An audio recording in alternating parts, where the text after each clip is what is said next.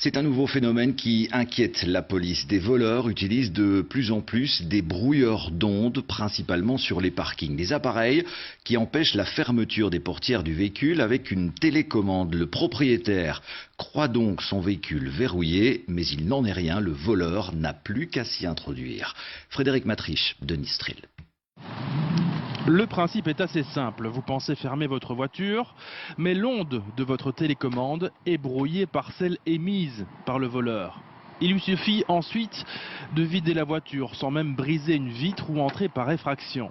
Dans la région de Verviers, il y en a eu 30 depuis début janvier. Tout ce qui est à prendre, tout ce qui est dans le véhicule, GPS, sac de sport, vêtements, chaussures, documents du véhicule qui pourraient éventuellement servir à des trafics. Le conducteur pense avoir verrouillé, il s'éloigne. Et voilà. Je pars avec les affaires du monsieur. Très simplement, le conducteur n'a absolument rien vu. En France aussi, le phénomène interpelle. Il y a 10 jours, 3 voleurs ont été pris en flagrant délit. La police nationale a publié un communiqué pour mettre en garde la population. Il s'agit vraiment d'un phénomène naissant, mais comme on préfère prévenir plutôt que guérir, on préfère tout de suite se mobiliser, être vigilant et mettre en alerte surtout les automobilistes. Dans le commerce, ces brouilleurs d'ondes sont facilement accessibles. Et peu de voitures résisteraient à ce système.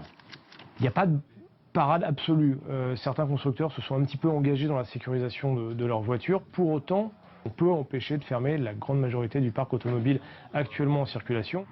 Le brouilleur d'ondes empêche la fermeture à distance, mais il ne permet pas d'ouvrir le véhicule. La recommandation est simple, vérifier que la voiture est bien fermée et enlever les objets de valeur qui se trouveraient dans le véhicule.